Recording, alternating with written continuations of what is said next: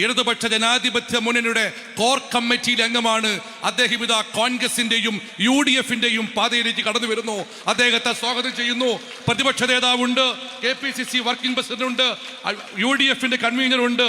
UDF-ന്റെയും RMP-യുടെയും നേതാക്കളുടെ സാന്നിധ്യത്തിൽ സ്വീകരിക്കുന്നു.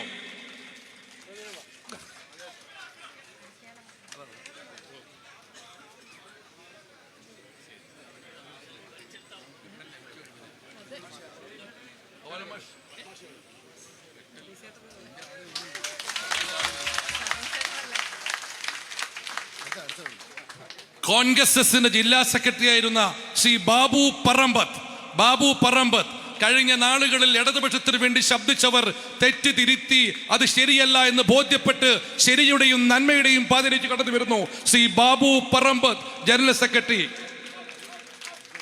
അടുത്തതായി ശ്രീ MK കുഞ്ഞിരാമൻ, KPCCSL മെമ്പറാണ്, വൈസ് പ്രസിഡന്റാണ് കോൺഗ്രസിന്റെ ശ്രീ MK കുഞ്ഞിരാമൻ. അടുത്തത് Shri Rajeev Moothadath, Kozhikode north block committee പ്രസിഡന്റാണ്, കോൺഗ്രസിന്റെ സംസ്ഥാന കമ്മിറ്റി അംഗമാണ്.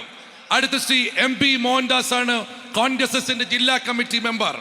അടുത്തത് സുരേഷ് ബാബു ഏറാമല, ഡയറക്ടർ, പാപ്കോസിന്റെ ഡയറക്ടറാണ്. ശ്രീ VV ശങ്കരൻ, കോൺഗ്രസ് ഏറാമല മണ്ഡലം പ്രസിഡന്റ്. ഇപ്പോൾ 7 പേരാണ്.